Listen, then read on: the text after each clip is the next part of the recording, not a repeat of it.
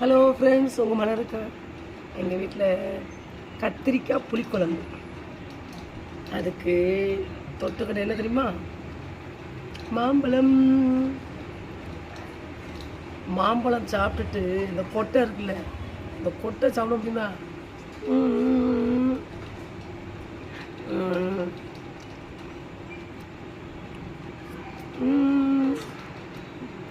கத்திரிக்காய் புளிக்குழம்பு வச்சு இன்னைக்கு தொட்டுக்கிற கூட்டு எதுவும் வைக்கல. மாம்பழம் வந்து எதுவுமே வேண்டாம். மாம்பழ சீசன் இருந்துச்சுன்னா மீன் குழம்பு மாம்பழம், புளிக்குழம்பு மாம்பழம், கருவாட்டு குழம்பு மாம்பழம், ஒரு கீரையை கடைஞ்சி மாம்பழம், கீரை இல்லாட்டாலும் மாம்பழம். இந்த கொட்டையை ஐயோ கொட்டை ஓடுது, இனி விட்டு ஓடுவேன்.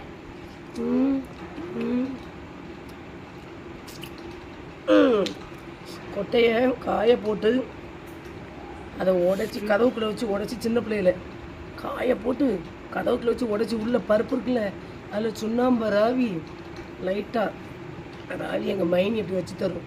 சுண்ணாம்பு லைட்டாக ராவி 2 பேருக்கும் தின்போம். மாங்கொட்டையை தேடி பிடிச்சி எங்கள் அம்மா மாம்பழம் வியாபாரம் இதெல்லாம் பார்க்கும். தோல்.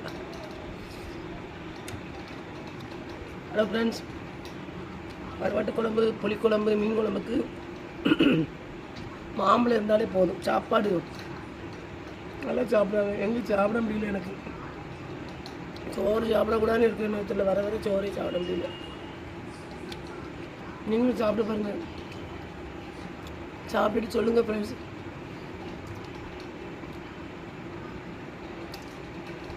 மாம்பழம் சாப்பிட்டு அவ்வளோ டேஸ்ட்டு. பரவாயில்ல, நான் புளிப்பாக இருக்கும்னு நினச்சா நான் நல்லா தான் இருக்கும்.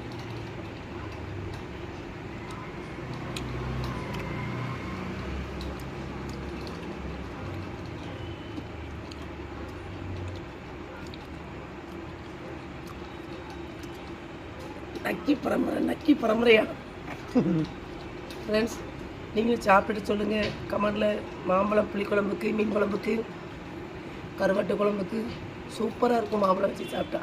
ஃப்ரெண்ட்ஸ், சாப்பிட்டுட்டு சொல்லுங்கள். தேங்க்யூ.